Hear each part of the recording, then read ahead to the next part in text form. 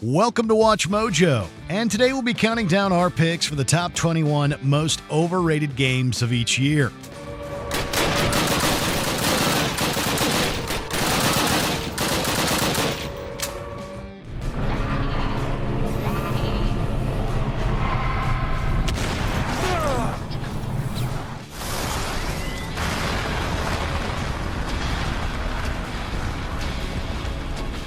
For this list, we're looking at the most overrated games of the century so far, picking one from each year. We're not saying all these games are bad, but they definitely don't deserve the hype either, from players or from the gaming media.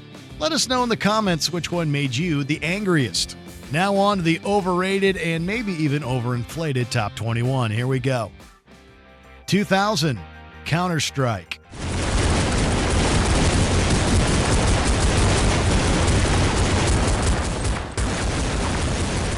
Originally a mod for Half-Life, CounterStrike was an early example of Valve's habit of hiring talented modders to come and work for them directly. But while its creators Min Lee and Jess Cliff created one of the most enduring shooter franchises of all time, they also created a monster.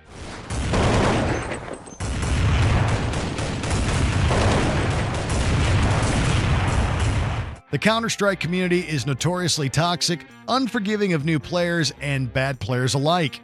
And the most recent release, CS:GO, has been on the end of plenty of controversies, including becoming the heart of a large gambling operation. This landed Valve in legal trouble numerous times. It's strange to think that all of this happened because two people made a decent mod for Half-Life.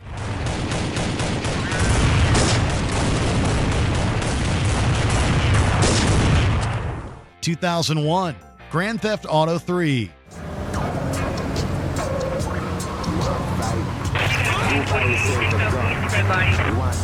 Though it brought GTA into the 3D era, something we can't help but be thankful for, it's also the worst 3D GTA.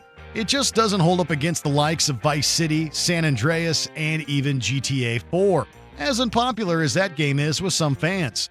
Yes, dimension!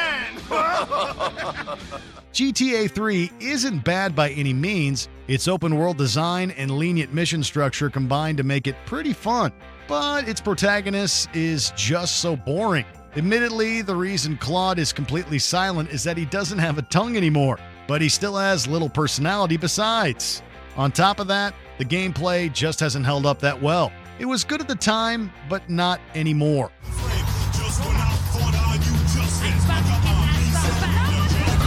2002, Kingdom Hearts.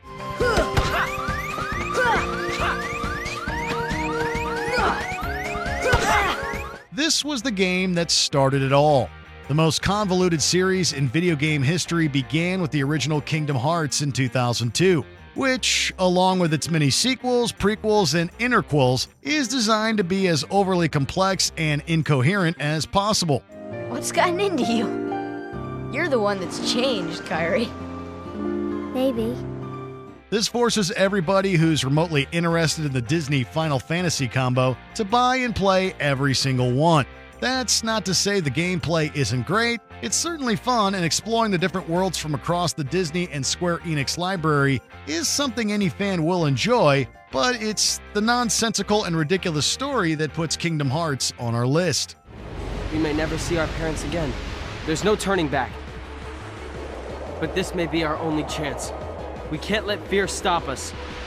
I'm not afraid of the darkness. 2003, Call of Duty.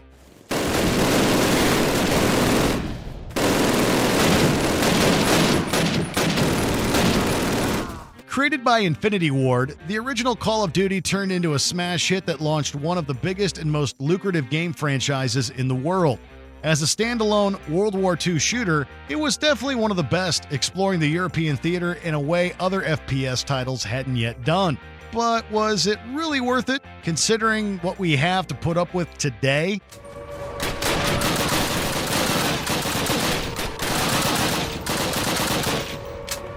Every single year, a new incredibly expensive COD will release, and very few of them have been as innovative as the original game, which was still pretty similar to Medal of Honor regardless. Was this game really good enough to justify endless copies of itself?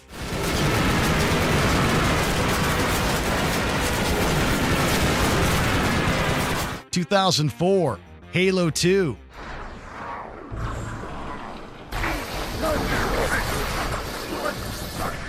It's got some of the best multiplayer in the series, but the thing that sets Halo aside from many other long-running franchises is the overarching story. The war between humanity, the Covenant, and the Flood is always the forefront of the campaign, but Halo 2 certainly suffered from the sophomore slump. Master Chief, defend this station. Yes, sir. I need a weapon. Right this way. Despite being lauded by reviewers, many fans took issue with Bungie removing them from the shoes of Master Chief and having them play as the Arbiter, one of the Covenant. Though this twist has received much praise, in actuality, it was just irritating for all the Halo players who wanted to see more of Master Chief, which is all of them.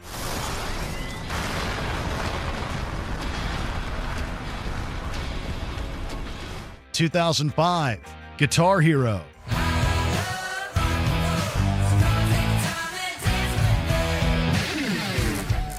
If you've always dreamed of being in a rock band with your friends, selling out stadiums while playing the last century's greatest hits, Guitar Hero is the franchise for you. But even after the very first game, the gimmick began to wear thin.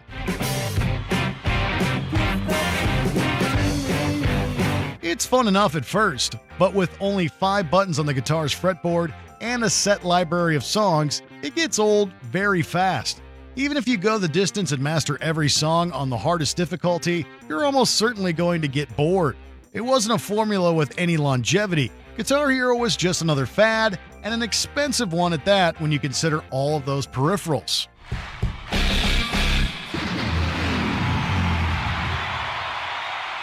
(2006) Wii Sports.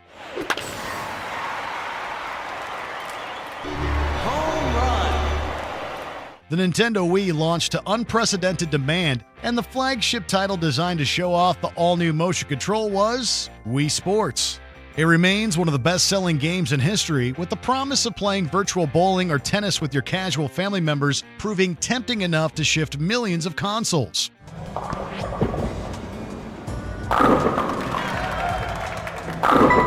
But when you really get down to it, Wii Sports is little more than a collection of minigames. Minigames that aren't even at all that different from each other. You'll be swinging your arms around wildly no matter which game you choose to play, with very few of them needing any skill or precision whatsoever. 2007, Crysis.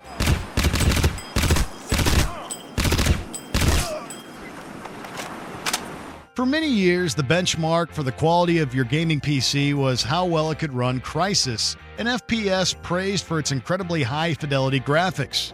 Crysis definitely had the title of best-looking video game for a long time, achieving visuals in 2007 that wouldn't be widely matched by consoles until the PS4 and Xbox One.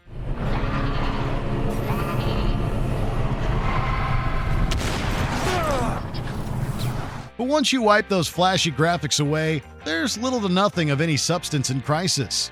It's a very mediocre shooter, and that became clear in 2020 when the remaster came out. This remaster, which featured a myriad of technical issues, revealed Crysis to be the uninspired shooter it was from the beginning.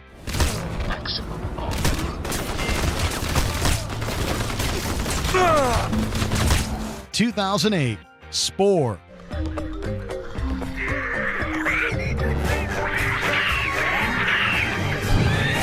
Before its release, the excitement around Spore was palpable.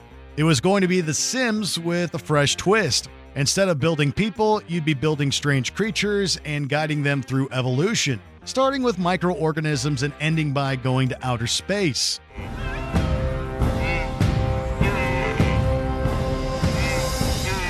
But the hype quickly crashed down around EA's ears when Spore released and turned out to be excruciatingly boring.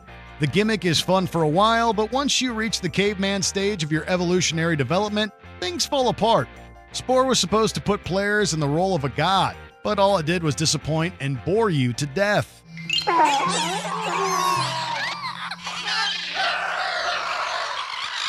(2009) Left 4 Dead 2.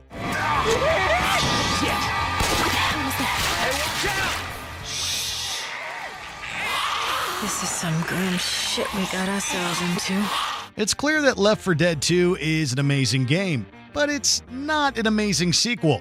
Fundamentally, it's almost completely identical to its predecessor that came out only a year earlier, but Valve wanted to charge full price for content that should have been available in the base game as DLC. Reloading! It was still incredibly fun and a great time sink for any zombie fans, but the whole thing stank of a cheap cash grab from Valve, and the series had harsher critics than that, with some people deriding both games as being repetitive, never offering anything new. Then, to make matters worse, after making everyone buy an unnecessary sequel, Valve totally abandoned the series.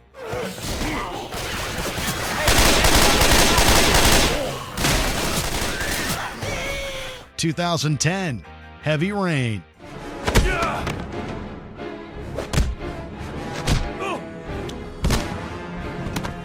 This murder mystery about a sadistic serial killer obsessed with origami was widely praised upon release, but time hasn't been kind to Heavy Rain at all. The story is a hack job, the characters are poorly written, and the actors are poorly directed, with clunky facial animation making even the most serious scenes incredibly ridiculous. Disappeared? What do you mean disappeared? Stay here. I'll go get him. The plot makes absolutely no sense, particularly the reveal of the villain's identity, which doesn't hold up if you think about it for more than a few seconds. The elaborate trials Ethan goes through, Ethan and Madison's shallow romance subplot, and the awful QTEs all make this game sorely overappreciated.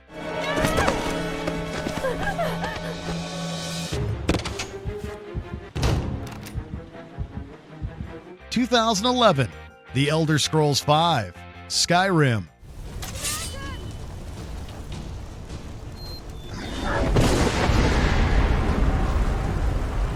One of Bethesda's most critically acclaimed games, it's difficult to find people who don't adore Skyrim and its dozens of ports to every single device imaginable. But though Skyrim is far from bad and is still a must-play for any fantasy fans, it really doesn't deserve all the perfect scores it gets, both from critics and players. You're doing great. The game is riddled with bugs, with the vast majority of them never patched out. Instead, it was left up to modders to fix things that really Bethesda's developers should have been fixing themselves. And if you can't play Skyrim on PC, then you're missing out even more, because you're stuck with a game that will spontaneously combust every 10 minutes.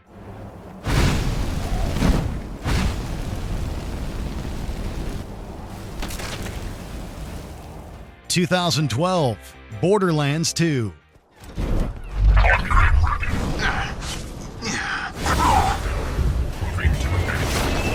It may have been fresh and funny when it came out, but Borderlands 2 gets worse with every passing year. Though the looter-shooter gameplay is still great if that's what you like, the story and side missions are all crammed with dated jokes, memes, and references. They even threw in a double rainbow joke.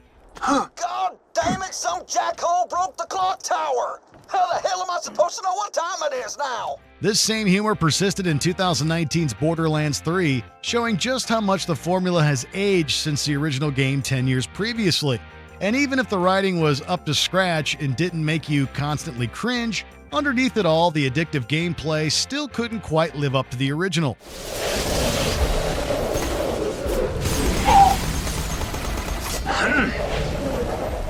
(2013) Bioshock Infinite.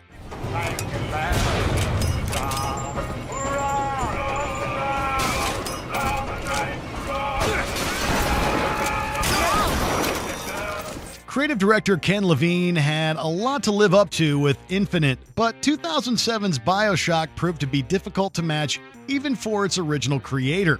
Infinite has fast and fun gameplay and beautiful art direction, sure, but the plot is where things fall apart. It tries way too hard to be smart and complicated with parallel universes, quantum mechanics, and alternate timelines. But this is mostly hot air. They haven't changed you, Booker. Not one bit.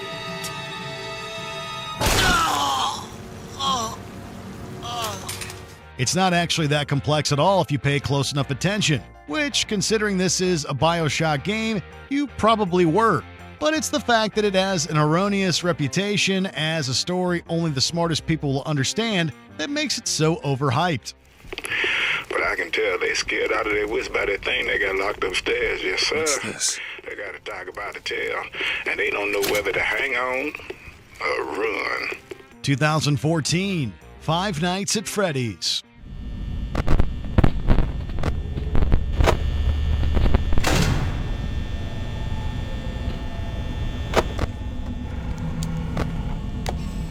In the years since it took over the world, FNAF has been everywhere, with a non-stop string of sequels, novels, and even a movie ripping off the formula. The first game itself is perfectly fine as a short indie horror title. Sure, it's mostly jump scares, but the evil Chuck E. Cheese concept was a winner.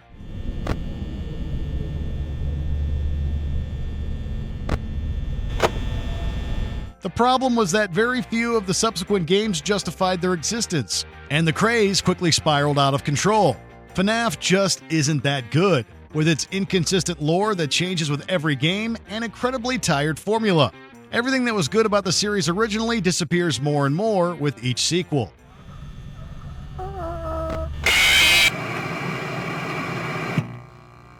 (2015) Fallout 4.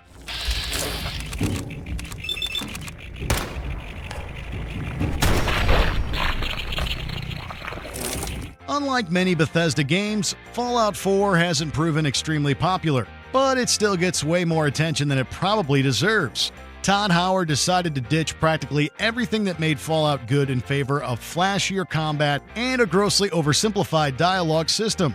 Though the combat was fun and the crafting was a welcome addition to Fallout, the entire game quickly gets tedious.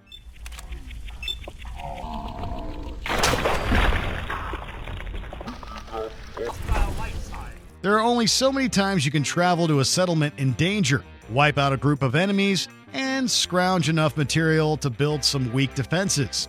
And the main story left much to be desired too. Did anybody actually care about finding Sean? What's in Diamond City? Is Sean there? Look, kid, I'm tired now. Maybe you'll bring me some chems later. 2016, Tom Clancy's The Division.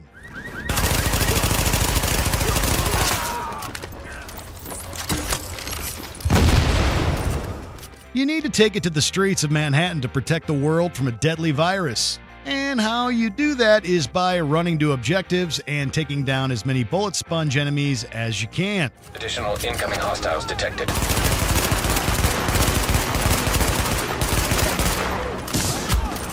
That's about everything The Division and its sequel have to offer. The series is yet another of Ubisoft's open-world games, with a map full of repetitive busywork and a superficial story.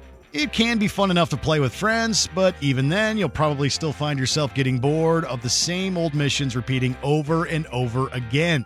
But in spite of those flaws, it's still got a large and dedicated fan base singing its praises.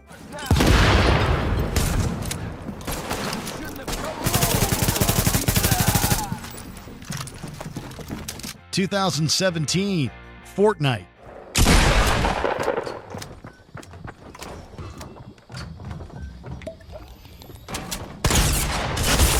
It's been the biggest, most popular game in the world on and off since its release, with millions upon millions of active players, an enormous fan community, and lots of esports stars. But is Fortnite actually all that good? Well, Fortnite probably wouldn't have become anywhere near as big as it did if it wasn't given away for free. And the only way it could be given away for free was by Epic Games filling it with predatory microtransactions. With little gameplay variety and randomly generated damage, all you're playing Fortnite for is the chance to unlock more cosmetic items, perhaps paying a hefty sum of real-world money for the privilege.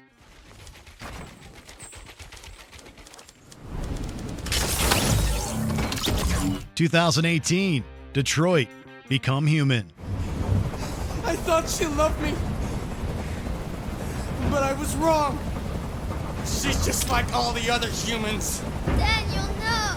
To some, Detroit: Become Human is David Cage's best game to date, a thoughtful examination of discrimination in modern culture. To others, it's one of the worst games ever made. Detroit wants to be a game where androids are marginalized just like racial minorities, but Cage doesn't want to commit to making that narrative actually work. Wait, please don't do that. I want to live. Instead, the game ends up feeling hollow and immature, like it doesn't even understand the very real history of civil rights it's trying to refer to. The game's only redeeming quality is the buddy cop subplot between Hank and Connor, which happened to be largely ad-libbed by the actors anyway. It evaporates after a few hours and becomes invisible to the naked eye. Oh, but I bet you can still see it, can't you? Correct. Yeah. 2019, Death Stranding.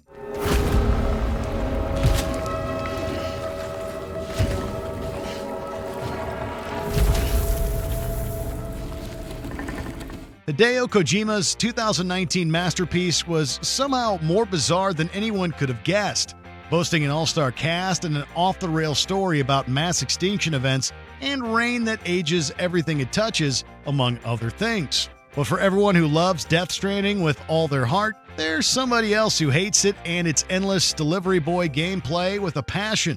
Don't be so serious. The truth about Death Stranding is somewhere in between. It's far from the best game ever made and may not even be Kojima's best game. But it's also got an interesting story, deep gameplay mechanics, and stunning graphics.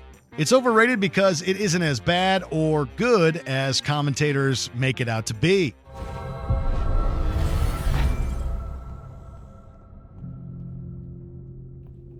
Before we continue, be sure to subscribe to our channel and ring the bell to get notified about our latest videos. You have the option to be notified for occasional videos or all of them. If you're on your phone, make sure to go into your settings and switch on notifications. 2020, The Last of Us Part 2. Hey. What's up, Joel? Just checking in. Perhaps the most divisive and polarizing game ever made, The Last of Us Part 2 has won unanimous praise for everything except its highly contentious story. Chief among its issues were the death of the main character early on, one who featured heavily in the marketing materials, and potential character assassination for Ellie. I just want to say sorry for running off last night. Oh, it's okay. I totally get it. I felt bad. Why? But the bigger issue was Naughty Dog's working conditions, with developers forced to crunch for years on end, and Naughty Dog getting such a poor reputation within the industry that they had to start hiring film animators instead of video game ones. The Last of Us Part 2 didn't deserve most of the awards it got. Days of you and me.